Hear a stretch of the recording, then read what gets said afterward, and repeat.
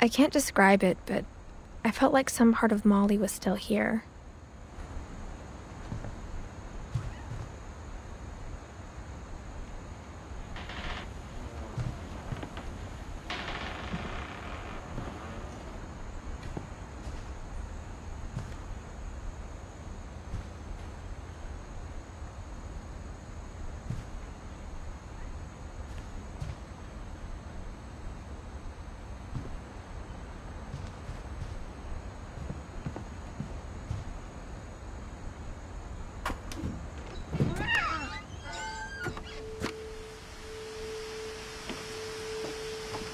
This will be obvious later, but my mom never told me any of these stories.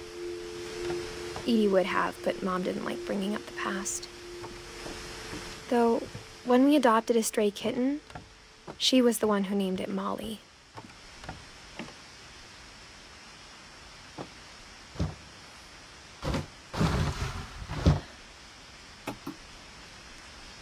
I spent a lot of time in Great-Grandma Edie's room.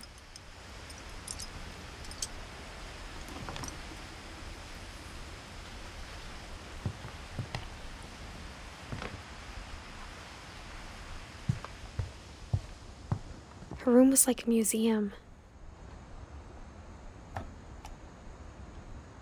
For 500 years, the Finches have been famous throughout Norway for their fortune and misfortune.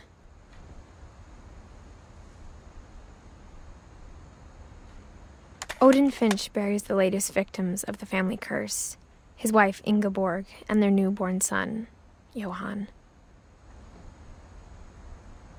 On January 7th, 1937, he set sail with his family and his house, hoping to leave the curse behind. But 40-foot waves off the coast of Washington send the house and Odin to the bottom of the sea.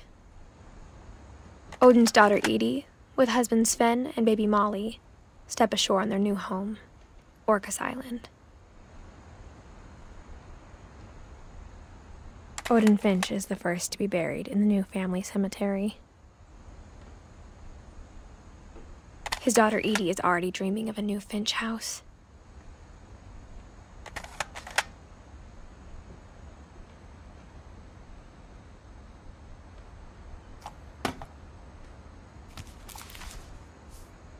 Whatever's wrong with this family, it goes back a long ways.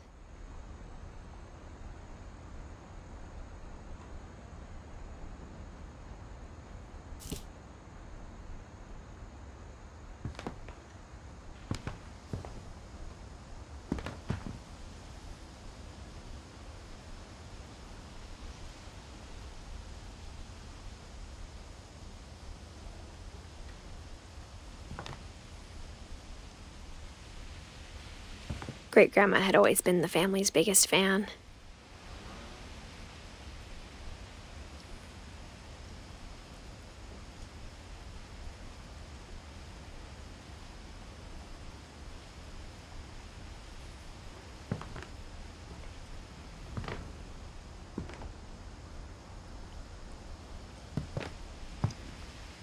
Louis died a week before we left, but Edie had already started to memorialize him. Edie knit me a new pair of gloves every year, just in time to replace the old ones.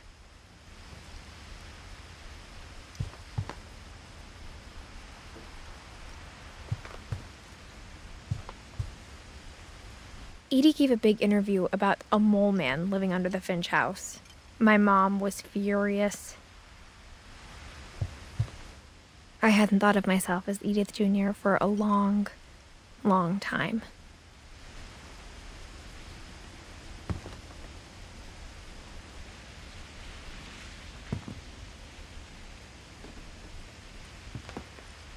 One summer, they evacuated the island, but Edie refused to go. For a few weeks, she was a celebrity.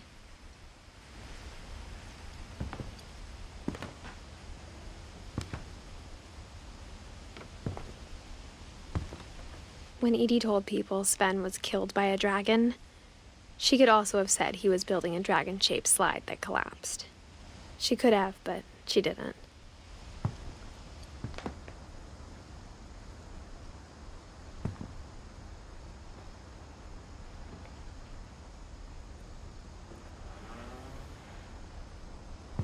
even in her 90s. Sometimes Edie seemed a lot younger than my mother.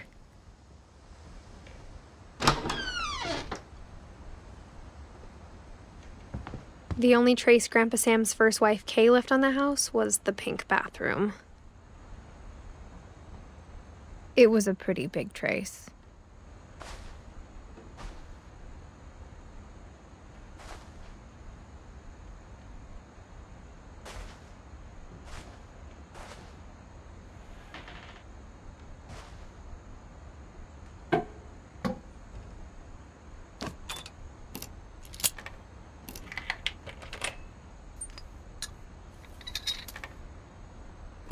There's a secret in this bathroom.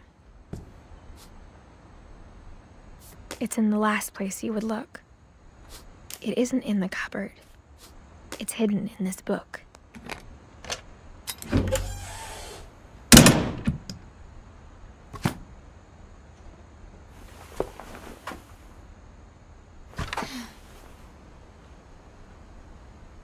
Sven gave Sam an old camera he'd refurbished. He never put it down.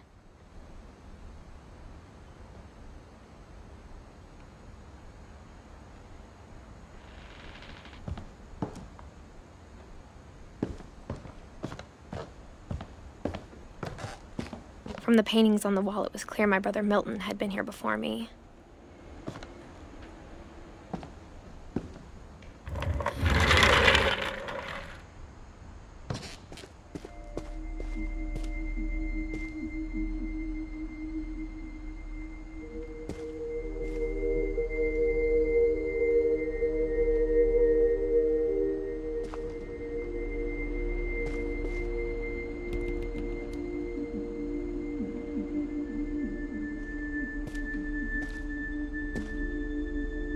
I knew Grandpa Sam had a twin, and that he never talked about him.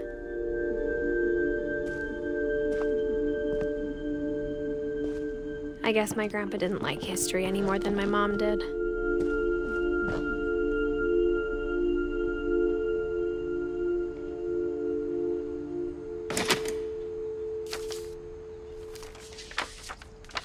How I Want to Remember My Brother by Sam Finch.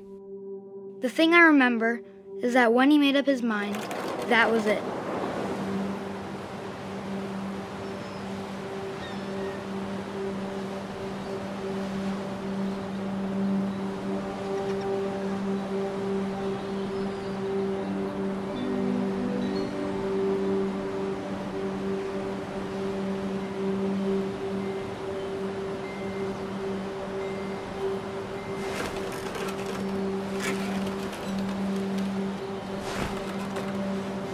My brother said he'd die before he ate another mushroom, and he did.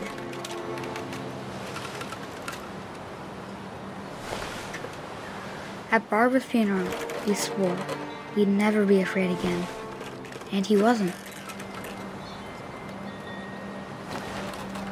I think Calvin always wanted to fly.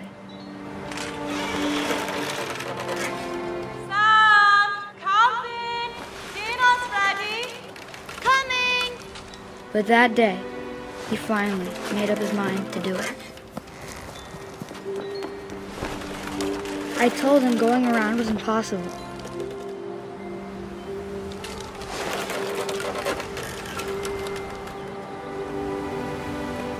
Maybe if I hadn't said that,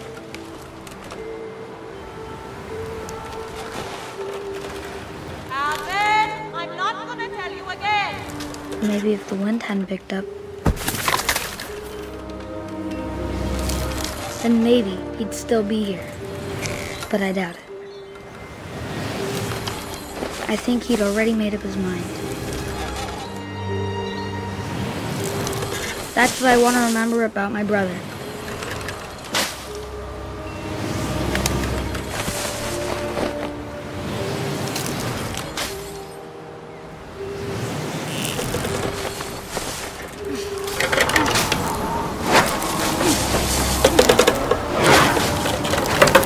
The day he made up his mind to fly. And he did.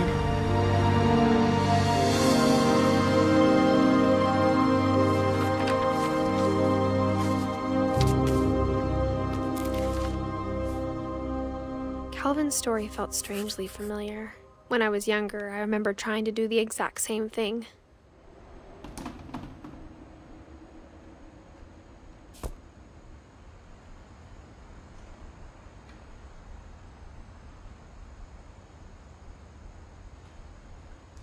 After the funeral, Edie roped off Calvin's half of the room.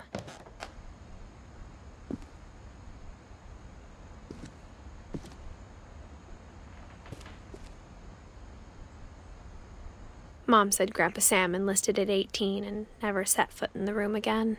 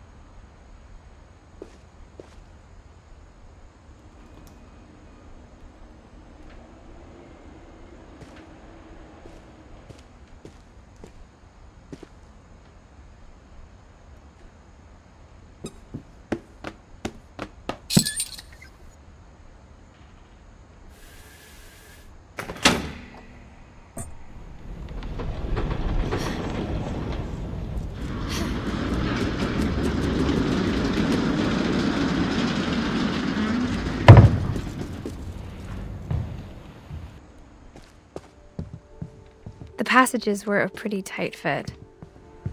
They'd obviously been built for smaller hands and bellies.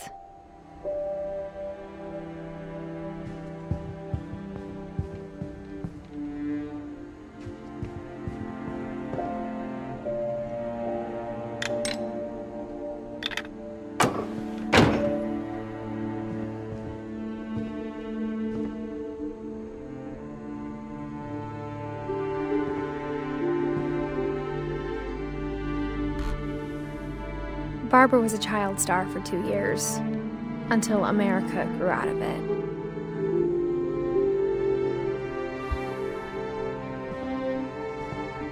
Edie's father, Odin, built the original house.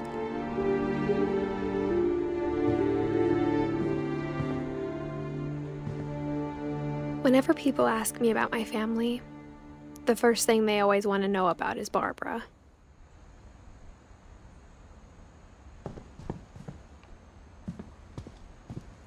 Mom must have locked the third floor stairs on the night we left.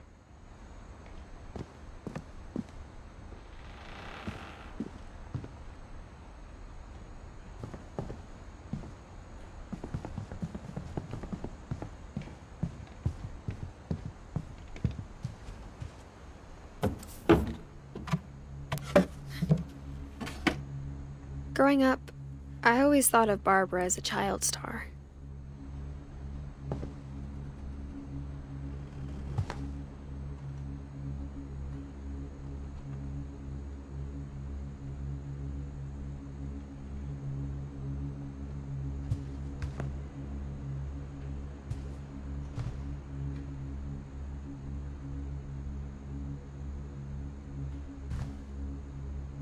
I never thought about how hard it must have been for her afterwards.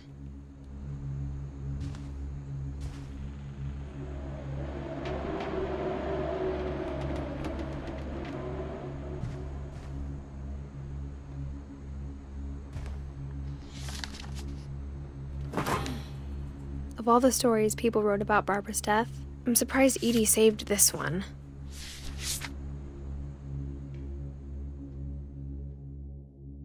Old Jack here with another ghastly tale inspired by America's most unfortunate family. I'm calling it The Surprise Ending of Barbara Finch. As a child star, Barbara was famous for her scream. Now at 16, she was all washed up. A has-been. But in a lucky break, she'd been asked to perform her signature scream at a local convention for monster movie fans. It was just the boost her career needed. Unfortunately, Her scream hadn't aged well. Getting better. I think you just need the right motivation. Her biggest fan and current boyfriend, Rick, was about to demonstrate when... Now that was a great scream. It was Barbara's father, Sven. He'd slipped into a table saw and had to be rushed to the emergency room.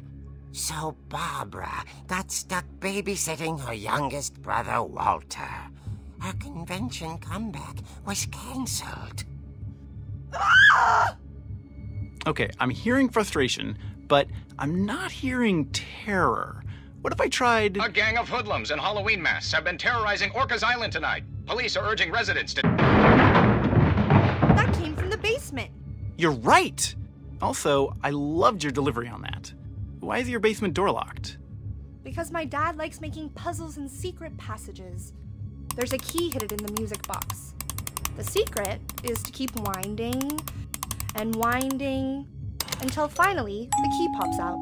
Thanks, babe. I'll be back in a sec. 20 minutes later, Rick hadn't returned. So Barbara went to look for him, right on cue. She reached for the music box.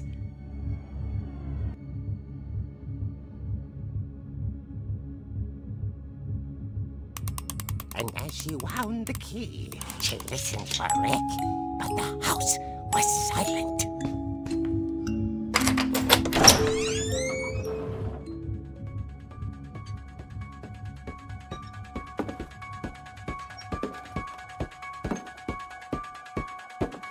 She found Rick's crutch and imagined the worst.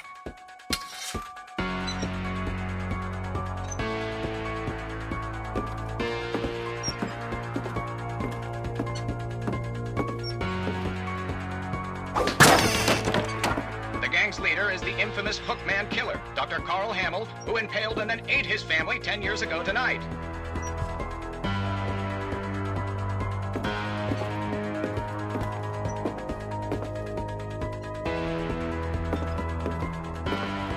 The old fridge rattled and grew still. Oh dear!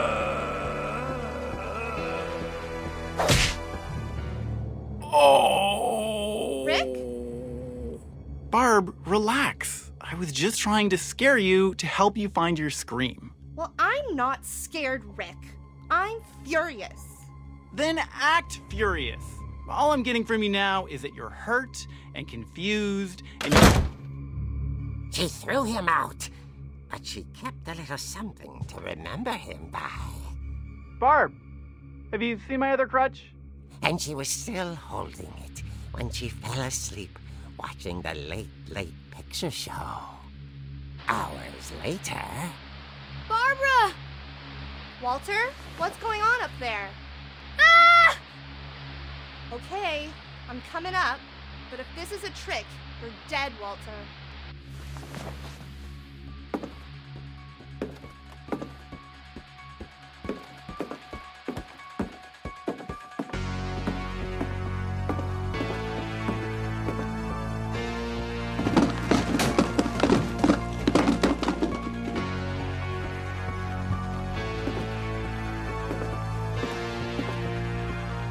Walter, are you there? Walter had vanished, but his bedside radio was still on. Orcas Island police describe the man as 6 feet tall, with a steel hook for a hand. Residents are urged to lock all doors and windows and notify the police of any suspicious activity. Barbara turned, saw the hookman, and was speechless. He was quite smashing.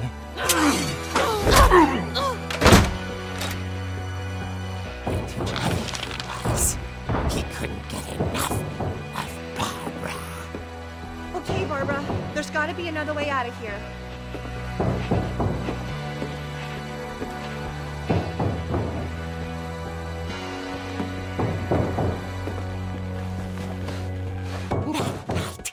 she played her part beautifully.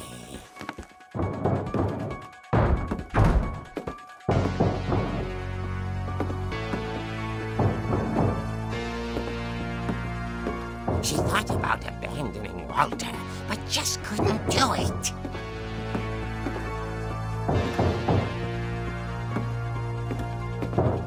Molly's door hadn't been opened in years. The hinges groaned.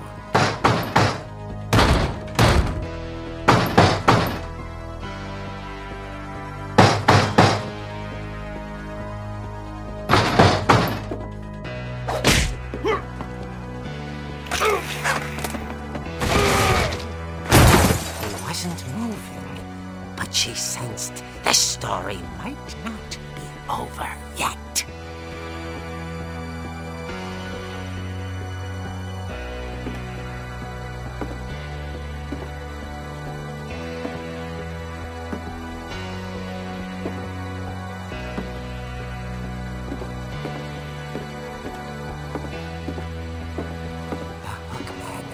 Vanished. She listened for his breathing, but all she heard was...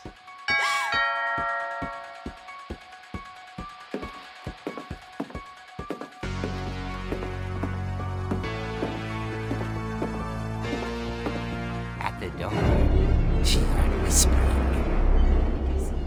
It was coming from inside the house.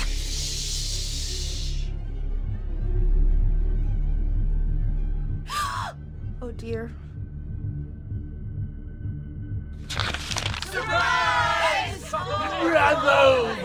You were wonderful. The monsters had come to surprise her. For Barbara, it was a dream come true. Then she saw what kind of monsters they were, and she realized what was about to happen. She was going to be famous. And with her final breath, Barbara Finch gave the performance of her life.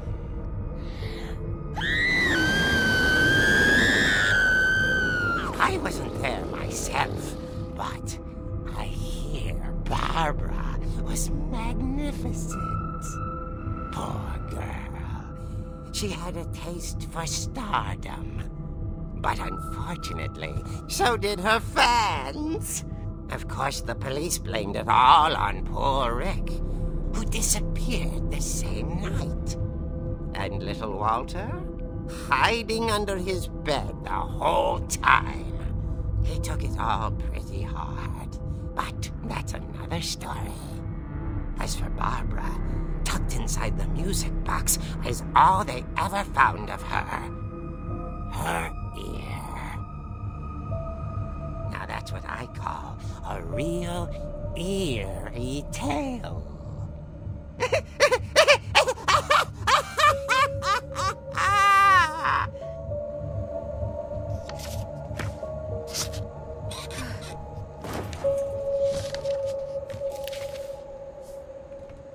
Edie told me all Barbara wanted was to be remembered, as absurd as that comic was.